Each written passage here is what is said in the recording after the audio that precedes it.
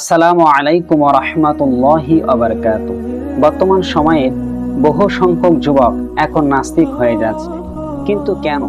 কি যুক্তি তারা দেখাচ্ছে?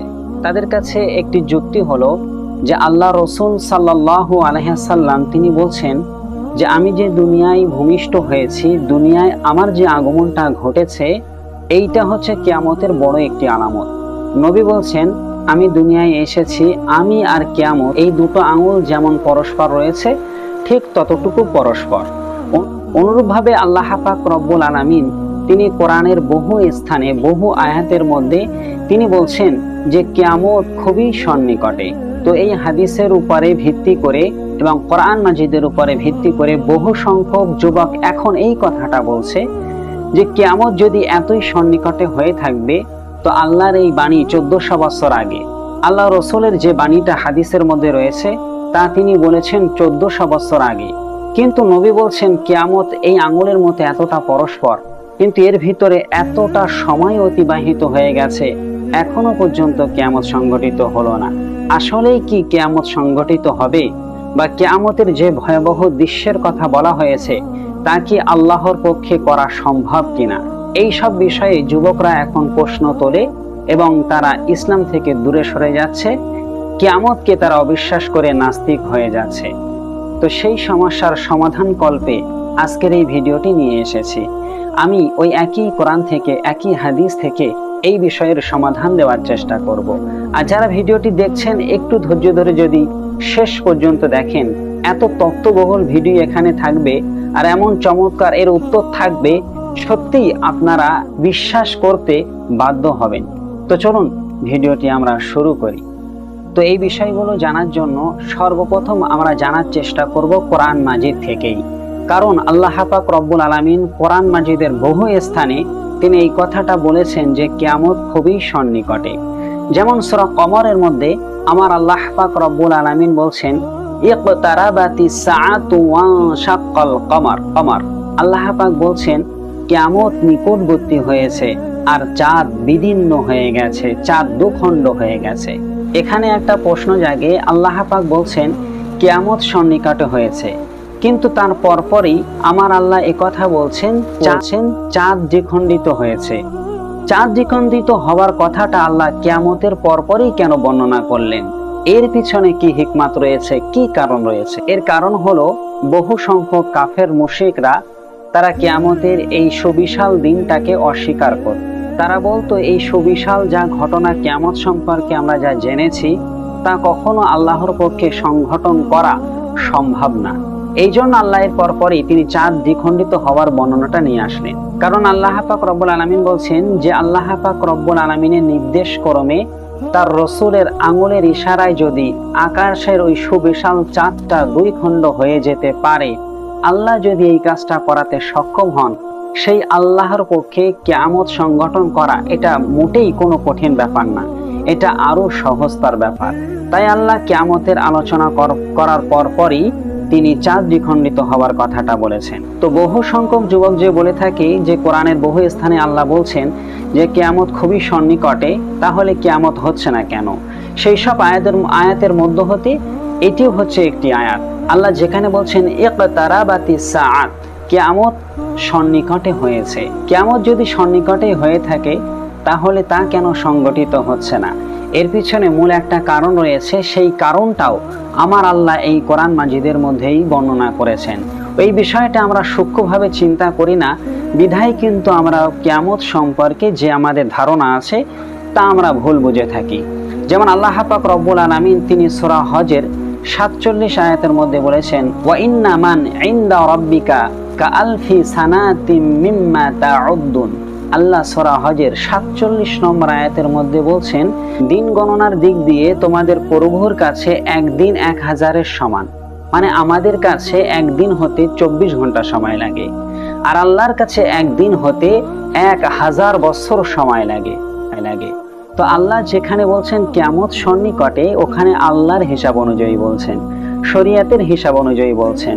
একইভাবে আল্লাহ রাসূল সাল্লাল্লাহু আলাইহি ওয়াসাল্লাম তিনি যত জায়গায় হাদিসের মধ্যে কিয়ামত সম্পর্কে বর্ণনা দিয়েছেন যে কিয়ামত সন্নিকটে, এইটা আল্লাহ রাসূল বলেছেন আল্লাহর হিসাব অনুযায়ী শরিয়াতের হিসেব অনুযায়ী। সুতরাং আল্লাহ যদি বলে 5 দিন পরে কিয়ামত হবে, তাহলে 5000 বছর সময় লাগবে, কারণ ওইটা হচ্ছে আল্লাহর হিসেব। আল্লাহর কাছে একদিন মানে 1000-এর সমান, আর আমাদের কাছে একদিন মানে তো 24 ঘন্টা।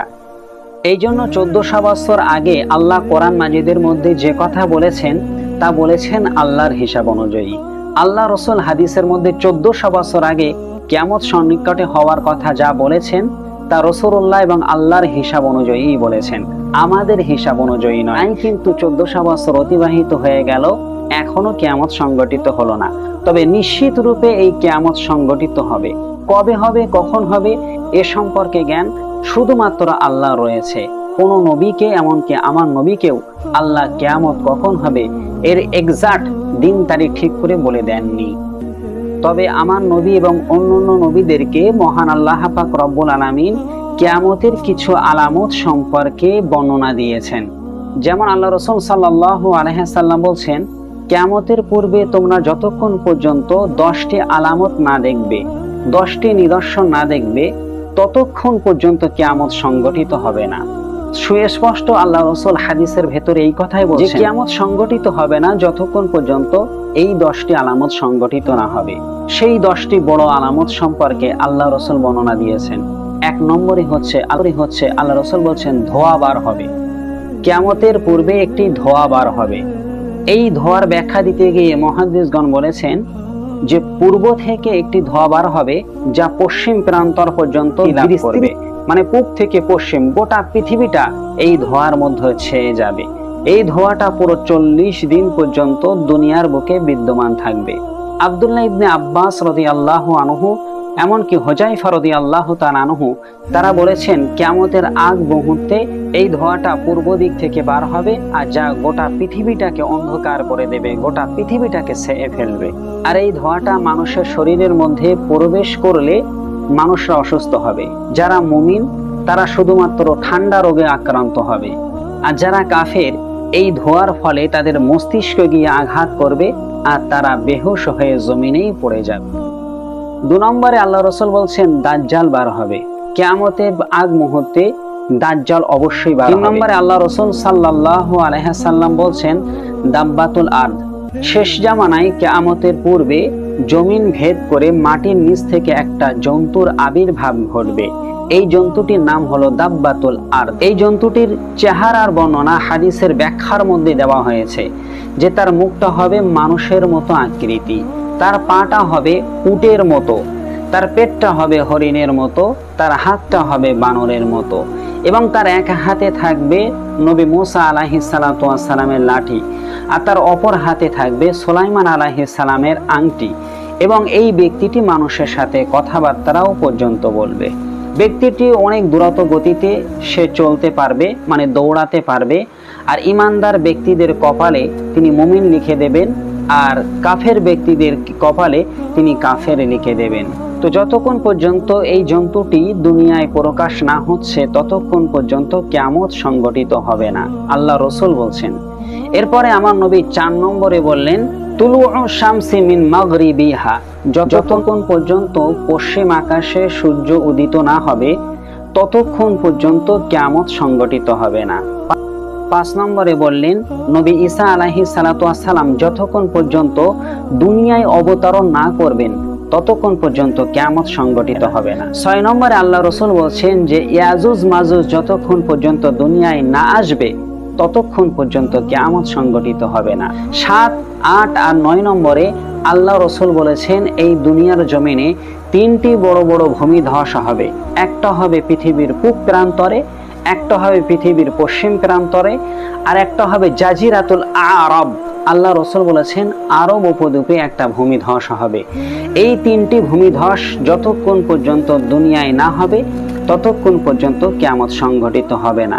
আর 10 নম্বরে আল্লাহ রাসূল সাল্লাল্লাহু আলাইহি সাল্লাম বলছেন ইয়ামান দেশ থেকে কিয়ামতের পূর্বে একটি অগ্নিশিখা বার হবে যা মানুষদেরকে তাড়া করে হাসরের ময়দানে একত্রিত করবেন, অর্থাৎ সিরিয়া ভূমির দিকে মানুষদেরকে তাড়িয়ে নিয়ে যাবেন আর সেখানেই মানুষদেরকে একত্রিত করবেন। তো আল্লাহ রসুল সাল্লাল্লাহু আলাইহি সাল্লামের এই হাদিসের বাণীটি আজকের নয়, 1400 বছর আগে। এই হাদিসের মধ্যে আমার নবী বলছেন, এই 10টি নিদর্শন যতক্ষণ পর্যন্ত তোমরা না দেখবে ততক্ষণ পর্যন্ত কিয়ামত সংগঠিত হবে না। তাহলে এই 10টি জিনিস কি এখন আমরা দেখেছি? আমাদের সম্মুখে কি সংগঠিত হয়েছে, নাকি সেটা সামনে বাকি রয়েছে? তাহলে বোঝা গেল এই জিনিসগুলো না হওয়া পর্যন্ত কিয়ামত কোনোদিন সংগঠিত হতে পারে না। যদি কিয়ামত সংগঠিত হয়ে যায় তাহলে আল্লাহ রসুলের কথাটা মিথ্যা বলে প্রতিপন্ন হবে, কিন্তু আমার নবীর কথা কোনোদিন মিথ্যা হতেই পারে না। এখন আসি আবু দাউদ শরীফের একটা হাদিসের ব্যাখ্যা নিয়ে। হাদিস নম্বর হলো 4273 নম্বর হাদিস। এই হাদিসের ভিতরে আল্লাহ রসুল বলছেন যে আমার মধ্যে আর নবী ঈসা আলাইহিস সালাতু ওয়াস সালামের মধ্যে আর অন্য কোনো নবী দুনিয়ায় আসবে না। তবে হ্যাঁ, নবী ঈসা আলাইহিস সালাম কিয়ামতের পূর্বে তিনি দুনিয়ায় অবতরণ করবেন, মানে আসমান থেকে তানাকে দুনিয়ায় নামানো হবে। তিনি নবী হিসাবে আসবেন না, বরং শেষ নবীর উম্মত হিসাবে আসবেন, কারণ আমার নবী হচ্ছে শেষ নবী। তো আল্লাহ রসুল সাল্লাল্লাহু আলাইহি সাল্লাম বলছেন, নবী ঈসা যখন তোমাদের মাঝে আসবে, তিনি যে নবী ঈসা এটা চিনবে তোমরা কিভাবে? তার চেহারার, তার পোশাকের বর্ণনা এই হাদিসের মধ্যে আমার নবী দিয়েছেন। আমার নবী বলছেন যে তার চুল মোবারক ভেজে থাকবে না, কিন্তু মনে হবে যে তার চুল মোবারক থেকে যেন ফোঁটায় ফোঁটায় পানি পড়ছে। আর তিনি অত্যন্ত লম্বাও হবেন না, অত্যন্ত খাটোও হবেন না, মধ্যম আকৃতির হবেন, এবং তার চেহারাটা হবে লাল সাদা বর্ণের। তার শরীরের ভিতরে যে পোশাকটা তিনি পরিধান করবেন সেটা থাকবে হালকা হলুদ বর্ণের, পরিপূর্ণ হলুদ হবে না, তবে হালকা হলুদ বর্ণের একটা পোশাক তিনি পরিধান করে আসবেন। এরকম নিদর্শন তোমরা সেই ব্যক্তিটির মধ্যে দেখবে, আর উনিই হবেন নবী ঈসা আলাইহিস সালাম। তিনি কিয়ামতের পূর্বে দুনিয়ায় অবতরণ করবেন। তার আগমন করার মূল উদ্দেশ্য হলো দাজ্জালকে হত্যা করা, আর তিনি দাজ্জালকে হত্যাও করবেন। আল্লাহ রসুল বলছেন, ফিল আরদি আরবাউনা সানাতান। এরপরে নবী ঈসা আলাইহিস সালাম দুনিয়ায় 40 বছর পর্যন্ত থাকবেন। তিনি এরপরে মৃত্যুবরণ করবেন, আর মুসলমানগণ তার জানাজা নামাজ পড়বে। তাহলে এই হাদিসটা থেকে বোঝা গেল নবী ঈসা আলাইহিস সালাম তিনি কিয়ামতের পূর্বে দুনিয়ায় আসবেন এবং দাজ্জালকে হত্যা করবেন, তারপরে 40 বছর তিনি দুনিয়ায় থাকবেন। এই কথাটাও আমার রসুল এই হাদিসের মধ্যে বলেছে। আর এই কথাটা আমাদের পূর্বের কোনো বাপ দাদাদেরও কথা নয়, কোনো দাদি দাদিদেরও কথা নয়, এটা মুহাম্মদ সাল্লাল্লাহু আলাইহি সাল্লামের কথা। আর হাদিস নম্বর আমি তো উল্লেখ করেই দিয়েছি, আপনারা অবশ্যই হাদিসটা যাচাই করে দেখে নেবেন যে সেখানে আল্লাহ রসুলের কথা বলেছে কিনা। যদি কোনো ব্যক্তি রসুলুল্লাহর এই কথাগুলোকে অস্বীকার করে এবং বাপদাদাদের কাহিনী বলে মনে করে, তাহলে ওই ব্যক্তি অন্যতম মিথ্যাবাদীদের একজন হবে, এবং হাদিস অস্বীকার করার কারণে ওই ব্যক্তি সে তার অমূল্য সম্পদ ঈমানটুকুও হারিয়ে ফেলবে। আর এই কথাটা আমার নয়, এই কথাটাও মুহাম্মাদুর রাসূলুল্লাহ সাল্লাল্লাহু আলাইহি সাল্লামের। যেমন একটা হাদিসের মধ্যে আল্লাহ রসুল বলছেন, মান হাদ্দাসা আন্নি বিহাদিসিন, কোনো ব্যক্তি যদি আমি নবী আমার বরাতে একটি হাদিস বর্ণনা করে, ইউরা আন্নাহু কাযিবুন, হাদিসটা বর্ণনা করার পরে সে যদি মনে করে যে এই হাদিসের বক্তব্য, হাদিসের কথাটা সত্য নয়, মিথ্যা, তাহলে আল্লাহ রসুল বলছেন ফাহুয়া আহাদুল কাযিবাইন, ওই ব্যক্তি মিথ্যাবাদীদের অন্যতম হবেন, মানে মিথ্যাবাদীদের একজন হিসাবে পরিগণিত হবেন। এটা আল্লাহ রসুল সুস্পষ্ট হাদিসের মধ্যে বর্ণনা দিয়েছেন। মোট কথা, নবী ঈসা দুনিয়ায় আসবে, 40 বছর থাকবে, আর এই 10টি নিদর্শন যতক্ষণ পর্যন্ত আমরা না দেখব বা দুনিয়ার মানুষ না দেখবে ততক্ষণ পর্যন্ত কিয়ামত সংগঠিত হবে না। আর যদি আগামীকাল কিয়ামত সংগঠিত হয়ে যায় তাহলে আল্লাহ পাক রব্বুল আলামিন তার আগের দিনটাকে এত লম্বা করে দেবেন যে এই সব কিছু নিদর্শন আগে সংগঠিত হবে, তারপর কিয়ামত হবে। আর যদি আপনি মনে করেন কালই কিয়ামত হয়ে যাবে, এটা যদি মনে করেন, আর কালকে যদি সত্যি কিয়ামত সংগঠিত হয়ে যায় আর এই নিদর্শনগুলো যদি সংগঠিত না হয়, তাহলে রাসূলুল্লাহর কথাটা মিথ্যা বলে প্রতিপন্ন হবে। কিন্তু মনে রাখা দরকার, কোনোদিন কখনো কোনো মুমিন মুসলমান এই বিশ্বাস রাখতে পারে না যে আমার নবী যে কথা বলেছে তা মিথ্যা হবে। কোনো দিন আমার নবীর কথা মিথ্যা হতে পারে না, বরং নবীর কথা সত্য, তা সত্যই প্রতিপন্ন হবে। আর আল্লাহ পাক রব্বুল আলামিন কোরআন মাজিদের একাধিক জায়গায় আর রাসূল সাল্লাল্লাহু আলাইহি ওয়াসাল্লাম হাদিসের একাধিক জায়গায় যে বারবার করে তারা বলছেন যে কিয়ামত সন্নিকটে, এর অর্থ হলো যে আল্লাহ পাক রব্বুল আলামিন আমাদেরকে উপদেশ দিচ্ছেন, আমাদেরকে সতর্ক বাণী দিচ্ছেন যে তোমরা সেই কিয়ামতকে অস্বীকার করো না, বরং কিয়ামত দিনটাকে তোমরা ভয় করো। আর এই কথাটা আমার নয়, তাফসীরের ভিতর ইমাম কুরতুবী রাহমাতুল্লাহ আলাইহি তিনিও বলেছেন আল্লাহ আমাদেরকে সতর্ক করার জন্যই তিনি বলেছেন কিয়ামত সন্নিকটে। আর আল্লাহ বলেছেন সেটা আল্লাহর হিসাব অনুযায়ী, যেটা সূরা হজের 47 নম্বর আয়াতে আমি ভিডিও শুরুতে দলিল দিয়েছিলাম যে আল্লাহর কাছে একদিন 1000 বছরের সমান, আর আমাদের কাছে একদিন তো 24 ঘন্টার সময়ের মতো। তাহলে বোঝা গেল আল্লাহ যে আর নবী যে কিয়ামত সন্নিকটে বলেছে তা আল্লাহ আর তার রাসূলের হিসাব অনুযায়ী। মোট কথা হলো যে কিয়ামত একদিন সংগঠিত হবেই হবে, কারণ আল্লাহ যেহেতু বলেছেন কিয়ামত হবে, তার মানে কিয়ামত হবে। তা যদি মিলিয়ন বছর পরেও হয় তাও হবে, 10,000 বছর পরেও হলেও হবে, 100 দিন পরে হলেও হতে পারে।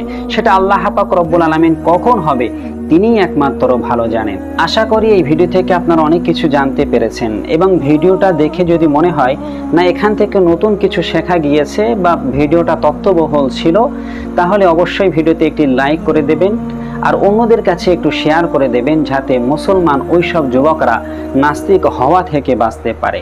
আমাদের সকলেরই ঈমানি দায়িত্ব যে মানুষদের কাছে আল্লাহ তার রাসূলের বাণীগুলো পৌঁছে দেওয়া। তাহলে আপনারা একটু শেয়ার করে অন্যদের কাছে পৌঁছে দেবেন, আর ভালো লাগলে একটি লাইক দেবেন। ইনশাআল্লাহ আগামীতে আপনাদের সাথে আবার দেখা হবে। আল্লাহ হাফেজ।